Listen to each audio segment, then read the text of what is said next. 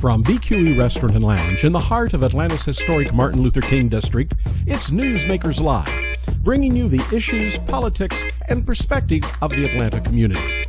Now in its 10th season, here is tonight's moderator and your host, 8-time Emmy Award-winning broadcast journalist, Mr. Maynard Eaton. Welcome again to Newsmakers Live. I'm Maynard Eaton. I've been covering politics in this town since 1978 when I first got here, thanks to the efforts of the late Reverend Joe Boone and Reverend Hosea Williams. At that time, one of the most activist young leaders, community leaders, was a man named C.T. Martin. In 1990, he was elected to the Atlanta City Council. He went from the streets to the suites, if you will, or to the problems, and has since been on the council since 1990. That's why you're known as the Dean. Thank you. Is that a nice distinction for you? I mean, is that reverence or the fact that you're the smartest one up there? Oh boy, that's a tough question. I just try to do my job and serve the people. But doesn't that seasoning, that institutional knowledge, bode well for you now that you're running for city council president?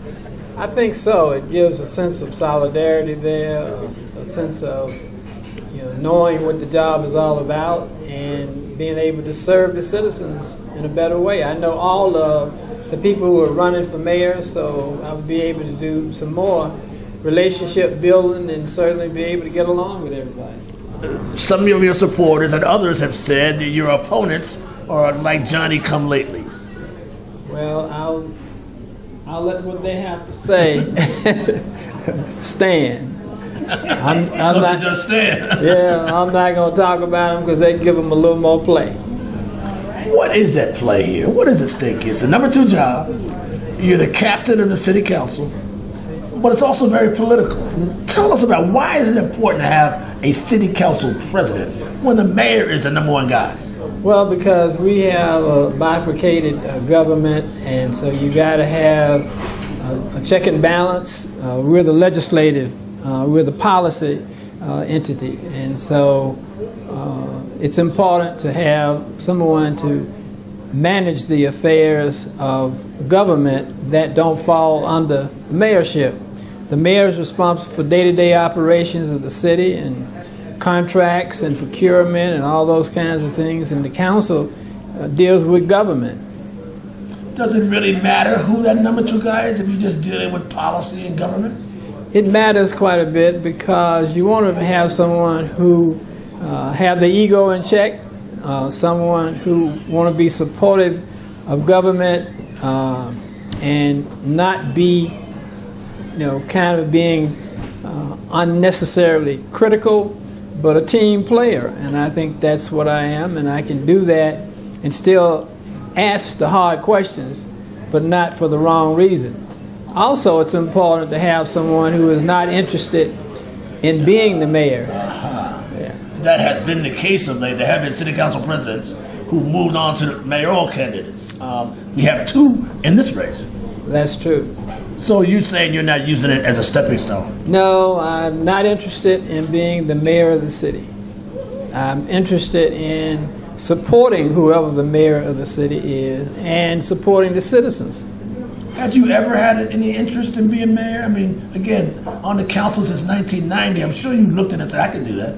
Well, I can do that, but the fact that I know what the mayor of the city do, it makes me feel much more comfortable being there as the council president, helping out whoever is the mayor, because it's a big job. It's a big job, and this mayor has taken it to another level. It's taken it to an international level and has been able to work Washington, D.C. In a very good way. So it's a lot of work when you do all the work that's involved. Do you applaud Mayor Kasim Reed? Do you strongly support him, or do you give him a grade at all? No, I don't believe in grading anybody. He has done, and as I said, he's moved the city forward on all 3 levels: international, Business-wise, he certainly was instrumental in helping to bring some more of the Fortune 500s here. Overall, I think he's done an outstanding job. Of course, none of us are perfect, and all of us have to deal with our temperaments from time to time, because it's a nerve-wracking job to some extent.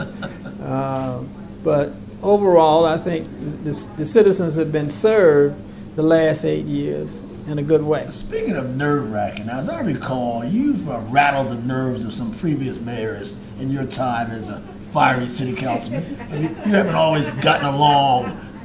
You've been a needle in the thorn or side of some mayors in the past. Well, I respect your position, Mr. Maynard Eaton. That's your observation, and I understand that. But you do have to ask some tough questions every now and then, and I'm not. You're not shy about that, huh? No, but overall, I think it's the way you ask the question, and do it in a way where it's universal, it's intentional, but not, from the standpoint of trying to embarrass anyone or be in a fight with anyone, but instead, what are you doing? Is it in the best interest of the citizens and the city? Who is the best mayor you've served under? Of course, Maynard Jackson. Yeah, still has been the one, huh? That's right. Yes. Why do you think there are those who wonder why would a C.T. Martin, with all his skills and all his service, want to be in the rough and tumble position of city council president? Why do you want this job? Well, it's because at this point in time, I think it's the best place for me to be, with some new mayors, potentially coming on, new council people coming on. That you need balance. You need, stability. So you think the dean should lead these newcomers coming on council? Well, I don't want to get them, thinking that I want to boss them around. So the word would be work with them to make them to be the best they can be. What are we looking at, council presidents? We're looking at 5 or 6 new council members? Possibly, yes. 5 or 6 new ones. That's right. That's half the council, right? No, it's 15 members of the council, yeah. As council president, is it a key to get along with the mayor or to challenge the mayor? There's some who, in this current situation, there's some who believe Mayor Reed and Cesar Mitchell do not get along at all. There's some who suggest that. You would know. Well, I try to pretend I don't know. Both of them are great guys as far as I'm concerned. And so, anytime I can be part of the reconciliation for good government, that's what I work on doing. Do you have a preference in who is elected mayor in this race? I do, but it's wiser to keep it to myself at this point. Well, please share it with me. We're among friends. Yes, but I say it's wiser because we don't know who's going to come out of it. When you have this many people with this many opportunities to get the job, I think it's wise to wait till the field clears a little bit, but be there. There's widespread concern, speculation, even some joy that we may have witnessed our last black mayor. How does that rank? What are your constituents saying about that?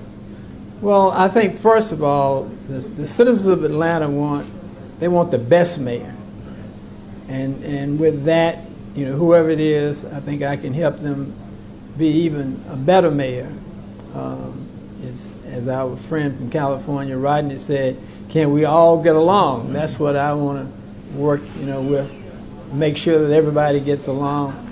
And we're able to move the city forward. We got a lot of work to do. After all the work that has been done, we still got a lot of work to do. Let me tell you a concern of mine. Went on a Tom Houck's civil rights tour this past Saturday. very nostalgic. I've been there a while, so you know some of the people who have passed along. Been some of these places before, like the old past schools, things of that nature. Places you were a power broker in. But while you see all the buildings and skyscrapers going up on one side of town, we see crumbling, painted, deteriorating houses and boarded up houses on the other. Then you have the concern that many of those places are being bought up for gentrification. Where are we with regard to seemingly boom times on one side of town and Martin Luther King Jr.'s house is peeling?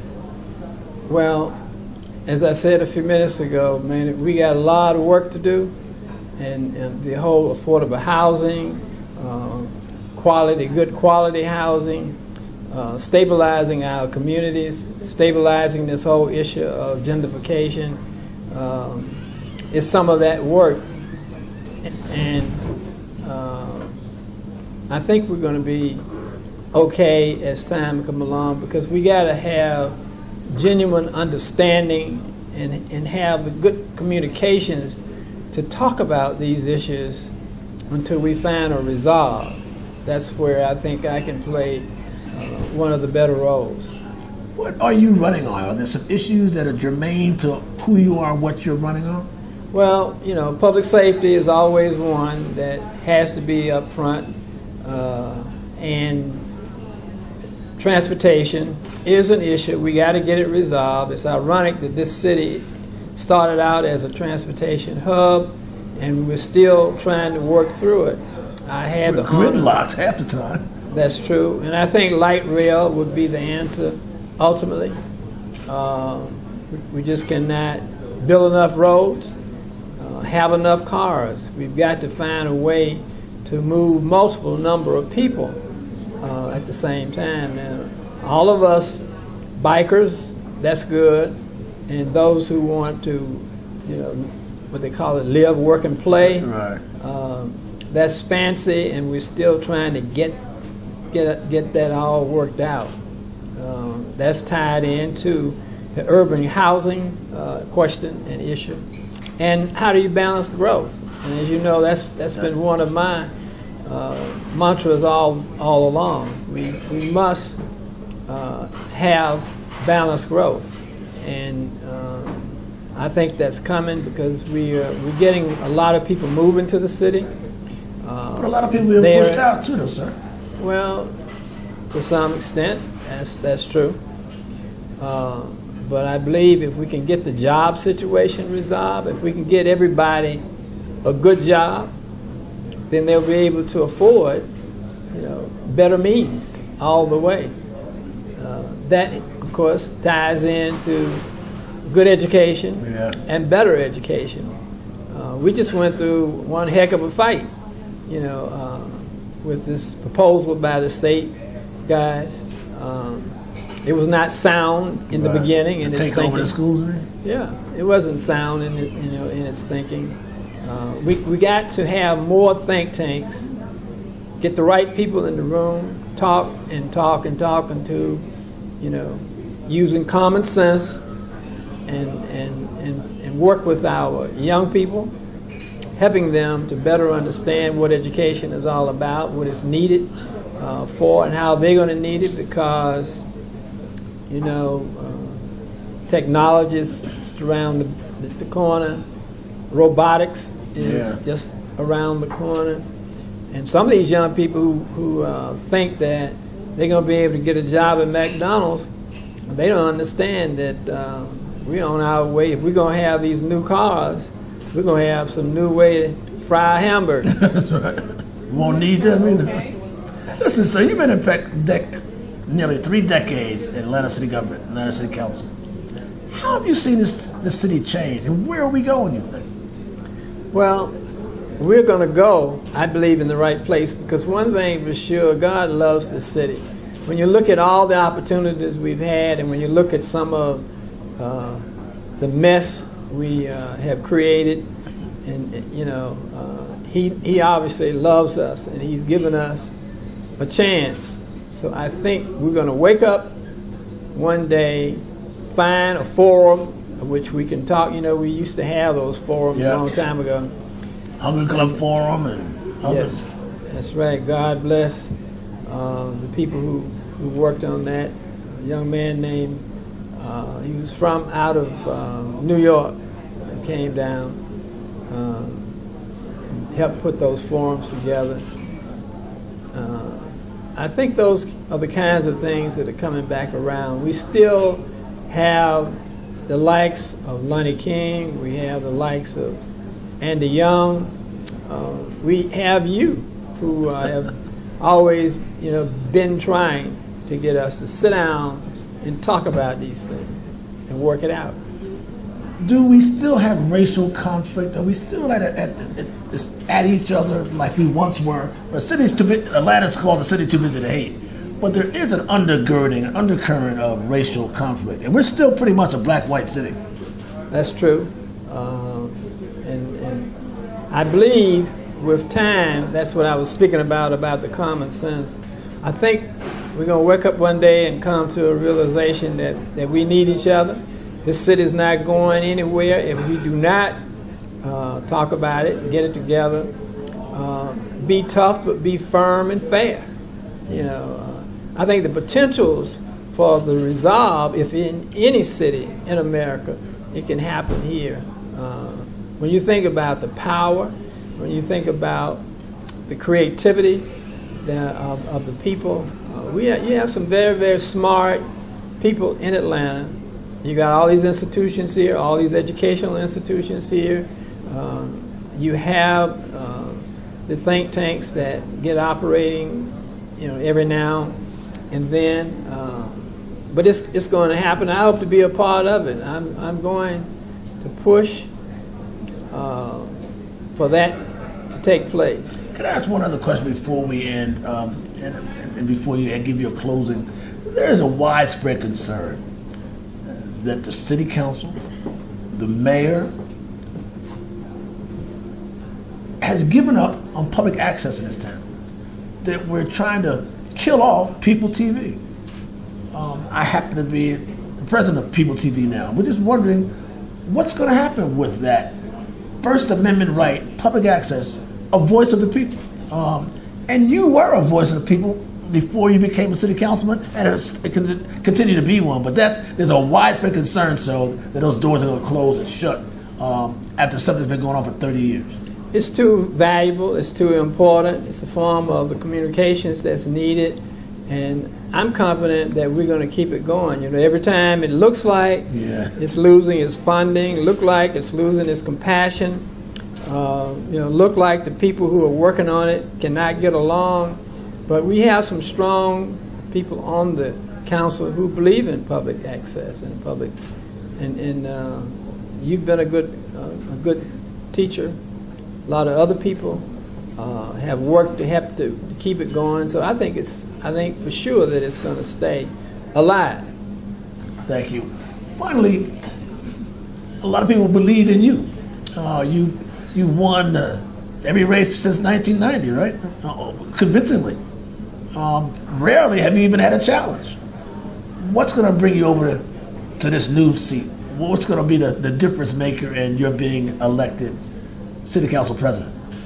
My being able, and my team, and I have an outstanding team, working through this resolve of the whole city. I've never ran citywide. Yeah.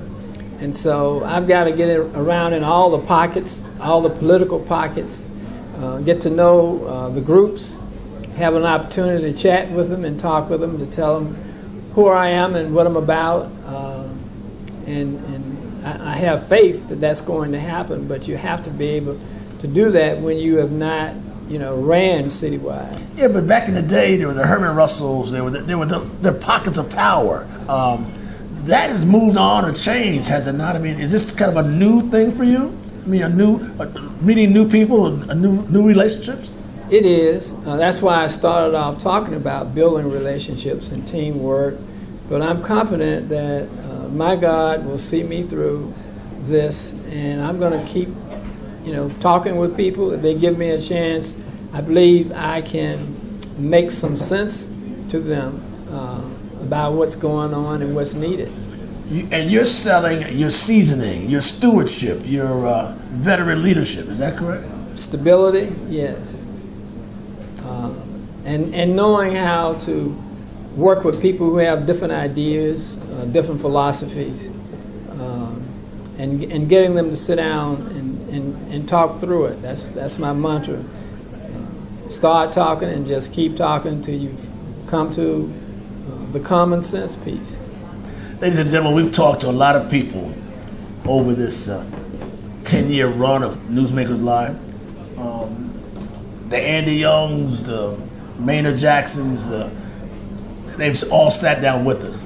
This probably is one of the smoothest, coolest, toughest politicians we've ever had with us. We do have a big issue in Atlanta that has not really hit the city yet, and that is this whole gentrification piece. We have people coming to Atlanta from all walks of lives. We have corporate Fortune 500 companies that are hiring higher level managers, and the housing in the city is going up. The cost of housing is going up tremendously. To live in anything decent north of Piedmont, you're looking at $2,000 a month, $3,000 a month. The average person can't afford that, or those who can are basically in partners with their landlord. The whole gentrification issue, the affordable, we were told when they eliminated low-income housing in Atlanta that there would be an affordable mechanism for people who are of lower income. And that has not failed, but it has not been sufficient.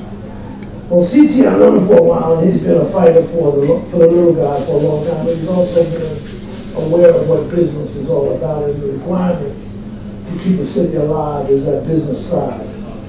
I'd like to thank you for coming. Ladies and gentlemen, this has been Newsmakers. Thank you, Mark. Ladies and gentlemen,